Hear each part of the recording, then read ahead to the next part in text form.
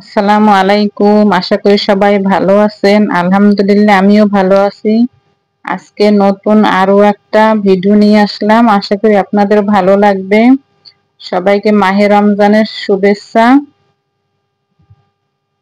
এখানে আমি আজকে আলুর জালি কাবাব রেসিপি নিয়ে আসলাম, তো দেখতে থাকুন। এখানে আমি আলু সেদ্ধ করে গ্রেট করে নিয়েছি, কিছুটা পেঁয়াজ দিয়ে দিলাম। তোমরা কিন্তু চাইলে এখানে পেঁয়াজ বেরেস্তা দিতে পারো। চিলি ফ্লেক্স দিয়ে দিলাম।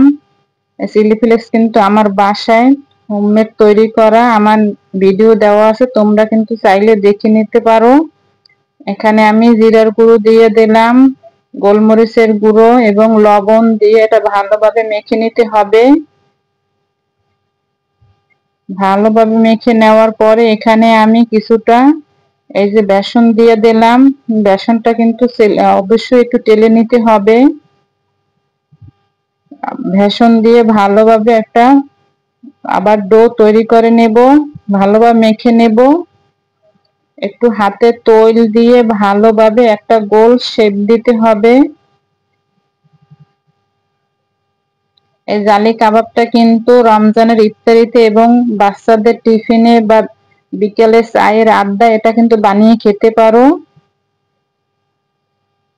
আর কিন্তু খুবই দুর্দান্ত হয়। আমি গোল গোল শেপ দিছি, তোমরা কিন্তু চাইলে চৌকাও দিতে পারো, এটা তোমাদের ইচ্ছা।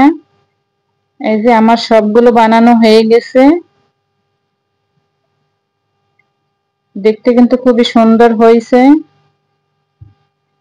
এখানে আমি 2টা ডিম দিলাম এবং লবণ দিয়ে দিলাম স্বাদ মতন, জিরার গুঁড়ো দিয়ে দিলাম এবং গোলমরিচের গুঁড়ো দিয়ে দিলাম।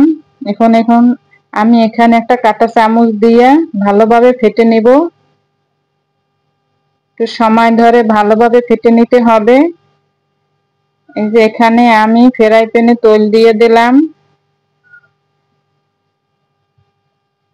তেল গরম হয়ে আসছে, এখন আমি এখানে জালি কাবাব গুলো ভেজে নেব। এখানে চুলার আঁচটা কিন্তু মিডিয়াম টু লোতে রাখতে হবে। এখানে আমি ডিমের ভিতরে চুবিয়ে কিন্তু ভেজে নিব। এই যে দেখতেই পাচ্ছ তোমরা, একটা একটা করে ডিমের ভিতরে চুবিয়ে ভেজে নিতে হবে এবং আঙ্গুল দিয়ে হাত দিয়ে একটু আবার ডিমগুলো দিতে হবে, তাহলে কিন্তু একটা জালি জালি ভাব আসবে।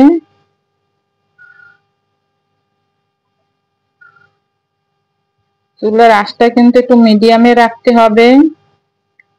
একটু কালার চলে আসলে উল্টিয়ে পাল্টিয়ে আবার ভেজে নেব।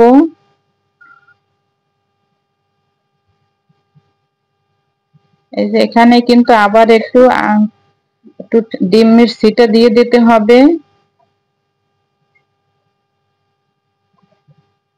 আর এটা কিন্তু খেতে খুবই দুর্দান্ত লাগে, খুবই মজাদার একটা রেসিপি।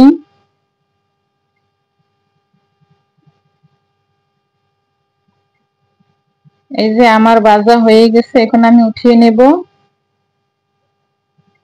আমি এই রকমের করে সবগুলো ভেজে নেব।